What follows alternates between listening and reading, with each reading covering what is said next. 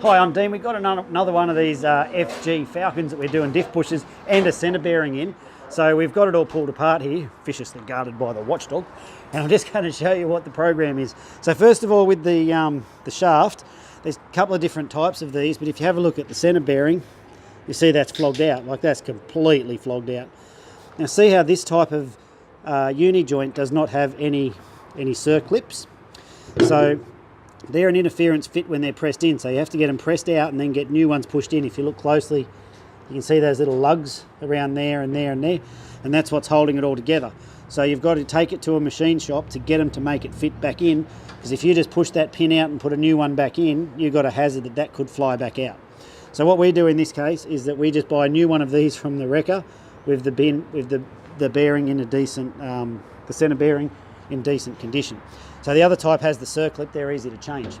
This one, so here we've got the diff bushes. So in this case we use the Nolethane 4916A.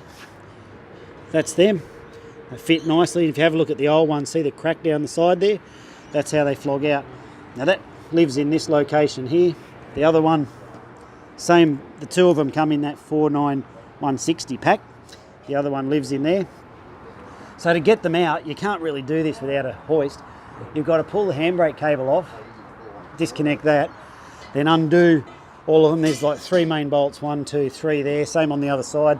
Then drop these trailing arm bolts, brake calipers off, and pretty much she just drops down. You do those two in the front, then you got the bigger one in the back. Now they always send out the wrong one. In this one's a 2010 V6, a straight 6. And that's the pack they sent us. They got it right this time. The 49118 is the right one. That lives up in there. So you can see how that one's flogged out. So this one's most likely, I'm just having a close look there, it does not say Ford on it. So with 270 Ks on this car, that's most likely its second one. But it could be its first, we just don't know.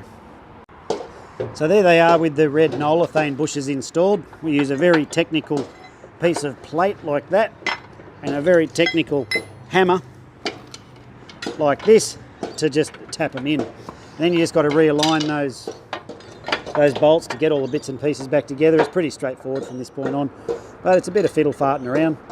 But if you're half handy, you might be able to do that part. The only part I don't know how you'd do in your workshop is actually, in your home garage, is getting that rear cradle out without the hoist. I couldn't imagine how you'd do it, but some people have done it. It's just a bit of a battle. Good luck with it.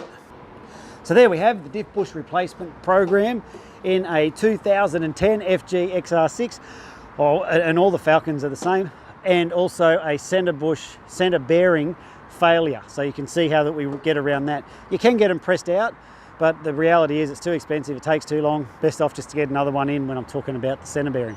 Hope that info's been helpful for you. I'm Dean, thanks for watching.